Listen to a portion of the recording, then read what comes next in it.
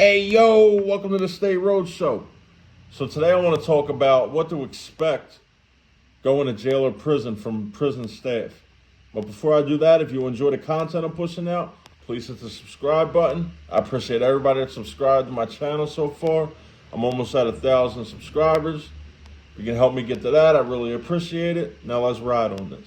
Now, everybody knows that when you go into jail or prison, you're in a different world.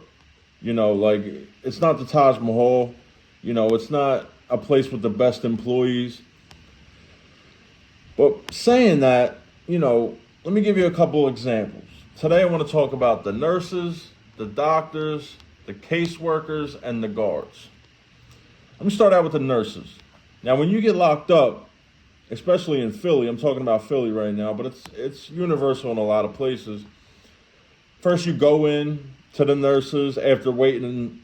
You'll see the nurse within 24 hours of coming into the facility, which is CFCF. You wait basically 24 hours because it's so overcrowded. There's so many people in there. They got 30 people in maybe a 10-man cell, and they got 15 cells in the intake area.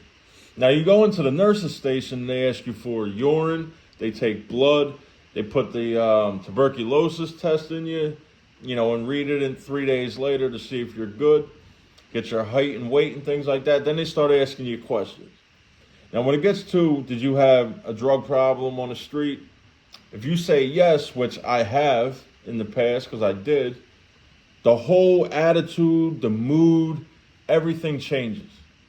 It goes from kind of semi-helpful to stuck up and nasty.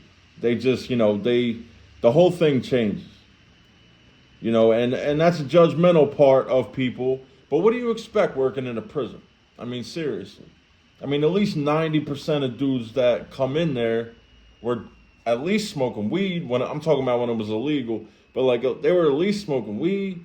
Like, what do you expect working in a prison? And now you want to get all judgmental and nasty. When they don't offer any kind of withdrawal solution for you at all.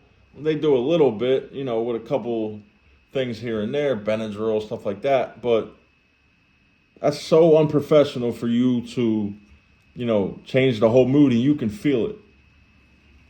It's just nurses, And in these places, you got to keep in mind, these are the bottom of the barrel. These aren't nurses and doctors that graduated the Harvard Medical School. You know what I mean?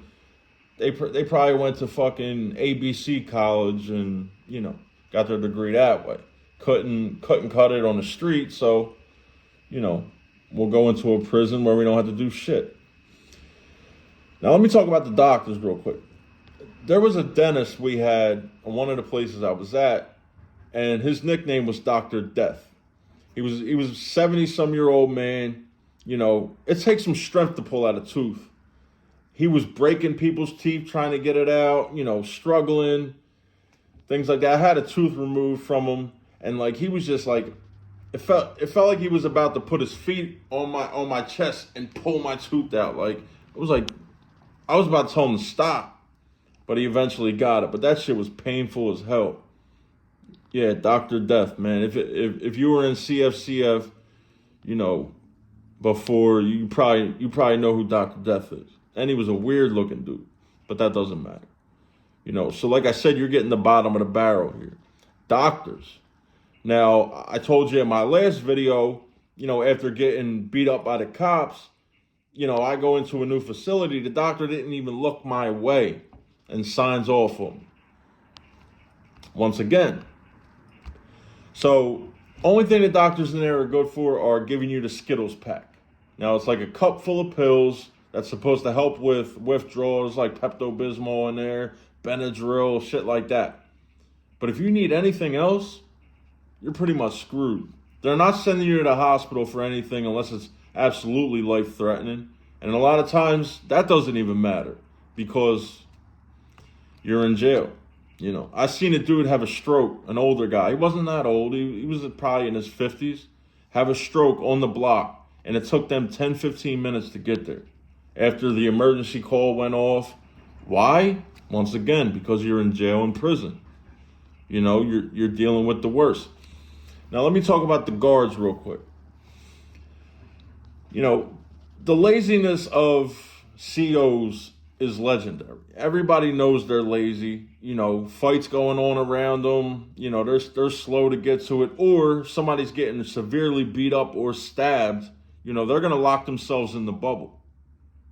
You know, if it's one-on-one, they're locking themselves in the bubble, until reinforcements come. Which is not supposed to be that way. Like, you're supposed to observe and respond. Like, you don't just sit there and wait for help. Now, there's rules in some places to where you can't move unless you're two at a time. All right, I get that. But there's always, in most of the places I was, with the amount of inmates on the block, there was always two guards. And the two guards would sit in the bubble. You know, like I had my story where I'm on potty watch because they suspected I had something on me, you know, up the man purse or whatever. And the dude who's watching me's falling asleep. I could have had my shit out doing it, you know, and put it back. And it's like, they're just incompetent. You know what I mean? Like that prison escape in Philly not too long ago. The guard was sleeping at the desk. You know, I mean, like I said before, there's good cops out there. You know, good cops in the prisons and shit, but for the most part, ass cheeks. They are ass. You know what I mean? All right, let's talk about the caseworkers, because these are where most problems arise when you deal with prison staff. And if you ask a convict about prison staff, most likely his mind's going to go to the caseworkers because they're so horrible. So let me give you the setup of the caseworkers. So you have a big room with glass windows. They usually have one guy there that supposedly works for him, but I'm not sure what he does for him. He just sits there on the phone all day, talking to his girl, talking to whoever. While you got 30 people lined up to see you, you got this dude in there on the phone, or they're just in there talking. And we're standing there looking like jerk-offs, looking through the glass like, what's going on, bro? I'm next. So God forbid you need help with parole. You need help with your good time, earn time, because a lot of times they won't even fill that paperwork out for you. You got to hope and pray that they are counting your good time, earn time. And that's what his deal is. You know, like one time I got sentenced to 11 and a half months to 23 months. So at about 11 months, I go to the counselor and I say, look, you know, I need to petition for parole. Okay, you know, well, you got to do this, do this. He tells me to fill out a pro se petition to the court. A pro se meaning, you know, you do it yourself, basically. No lawyer, no nothing like that. So I had the guy in the law library draw up the paperwork for me, this and that. We sent it in. About 2 to 3 months, maybe almost 4 months later go by, and I get the paper back saying that I can't directly apply to the court. I have to go through the proper channels, which in Philly, if you're from Philly, you know, it's a guy named Byron Cotter. I had to go through Byron Cotter. My caseworker didn't tell me that. It cost me another 4 months out of my bid. Well, actually longer than that, because I didn't get paroled until I think I had 18 months in. So I wound up doing an extra 7 months because this dude gave me the wrong information. So I told you about the people standing at his desk, outside his office, If he fucks around for so long that he can't see you, all you'll get from him is a note under the door. You know, telling you I'll be back tomorrow at this such and such time. And then the cycle goes on and on and on. You know, like, there's so many people that had to do extra time because this motherfucker's incompetent. But like I said, I'm going to keep going back to it. You're in prison. You can't expect to deal with the best of the best. So that's what you get sometimes. But yeah, man, like, you know, being in jail's hard enough. Being in prison's hard enough. Like, I try to leave you guys with a moral, man. Of course, don't go to prison. But if you do, depend more on yourself.